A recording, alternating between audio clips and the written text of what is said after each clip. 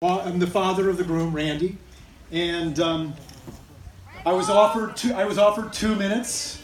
They're still saying 2 minutes, so I can't clear my throat in 2 minutes, so it might take a little longer.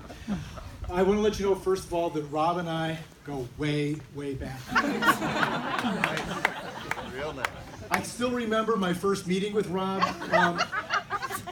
You see, the rest of his siblings all weigh about 12 pounds each. They're all skinny like me, just little tiny people. So I went to pick Rob up, and instead of this, there was thud. He is thick. Very, very thick. So is his beard. Still is and was then. But being substantial does not mean that he's immovable.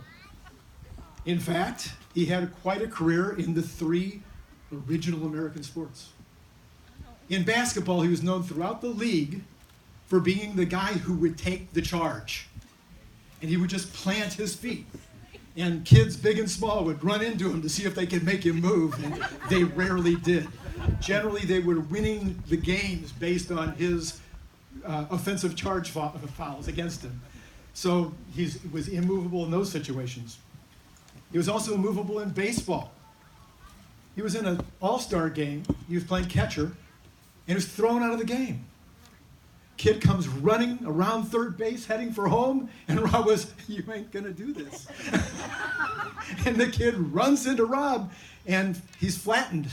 And somehow that was a foul on Rob. I never quite figured that out, but Rob was thrown out of the game because he was immovable.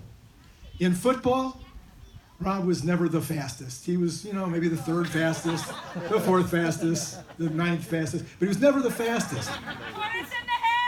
But if he started running with the ball, and the kids would just come and they'd try to grab onto him, there was just no possible way. He just kept going, and they couldn't bring him down because he's immovable. Now, immovable doesn't mean intractable. So Robert was the easiest teenager ever to raise. He was very easygoing. We got along great. I don't think we had a single serious, real argument. Politics and stuff is fun to kid around about, but we never had a real argument until he went to test slow. And so we drive up to San Luis Obispo to see about where he's going to attend school. And I'm still holding out for Grand Canyon. Slow, 20,000. Grand Canyon, 10,000. And I'm holding out for Grand Canyon. But Rob was immovable and intractable. It was the only time. And he finally, it was rebellion that day. And where did he end up going? Slow.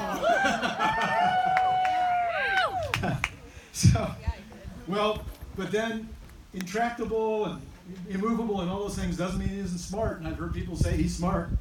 So somewhere around when he was 18, he really, really, really got smart. And he took this beautiful young woman off the market at age 15.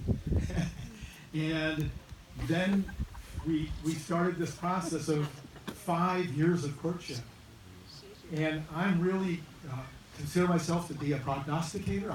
I like to predict the future. And I predicted their marriage 3 years ago. I predicted it last year. But finally, we actually have it. But here was a case of where he knew what he wanted. They knew what they wanted. And Dad's prognostication wasn't going to get in the way. So congratulations for waiting the 5 years and doing it the way that you guys wanted to do it. How long do I have? Oh. You're done. Well, some people have said yesterday night that Christal is a pistol. Christal is definitely a pistol. I have watched her dad and her play. If you have never seen Wes and Christal play, it's really amusing. They give each other so much sass. It isn't even funny, and then they pound on each other, beating on each other's shoulders and stuff. It's just the craziest thing ever. You don't know anything about that? So anyway, it's hilarious to watch.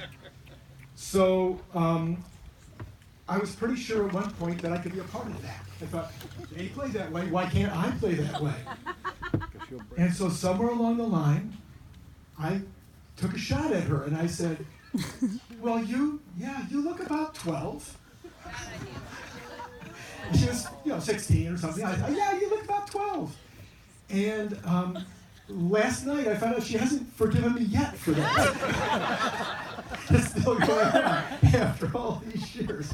So that was a big mistake, and Christal, I apologize for calling you 12 because everybody can look at you now, all decked out, all beautiful and everything that you're doing here, and they can all see that now you look 21. beautiful, incredible, delightful.